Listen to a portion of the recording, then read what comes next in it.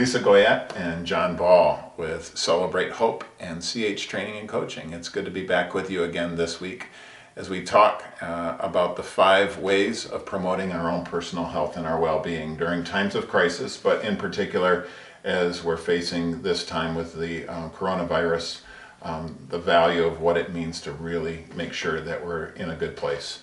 Several weeks ago we started this series, Lisa, with talking about how relationships matter, right. Finding ways to connect with other people and being creative, especially during this time. And then last week we talked about the value of being active, taking an active role and responsibility in our own personal health. As we right. always say, and you advocate on many times and occasions, of the only person that can take care of ourselves the best is ourselves. Yeah.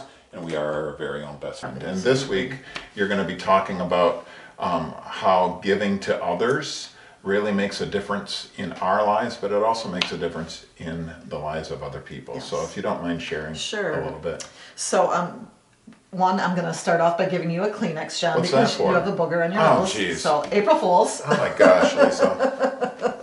I love to play pranks on John, yes, and today's you April do. Fools, so you take every opportunity. Miss the chance to do that today.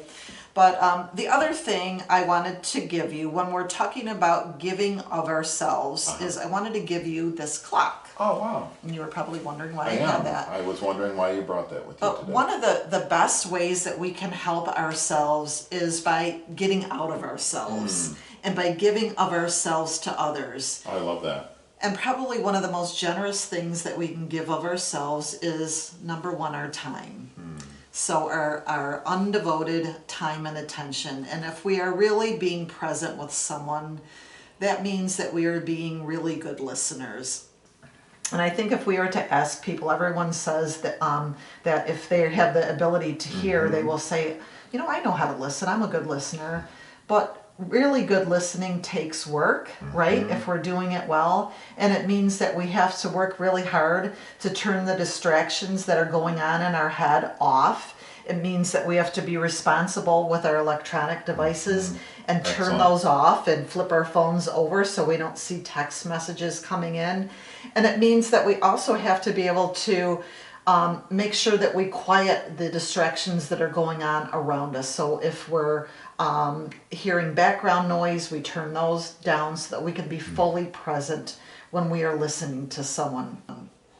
So I like to think of when someone is sharing with us that they are giving us a gift. So our responsibility is to treat that gift as something that's really precious, and so that we make sure that we are being respectful of that gift and we are being really good listeners.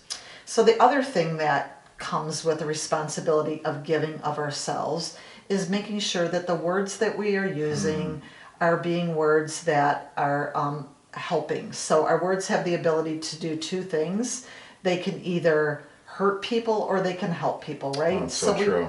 We want to make sure, John, that our words are helping people, so that when I'm talking to you, I'm using words that are empowering you, that are advocating for you, that are making you feel good about yourself. I'm using words that are sincere, that are respectful for you as a human being.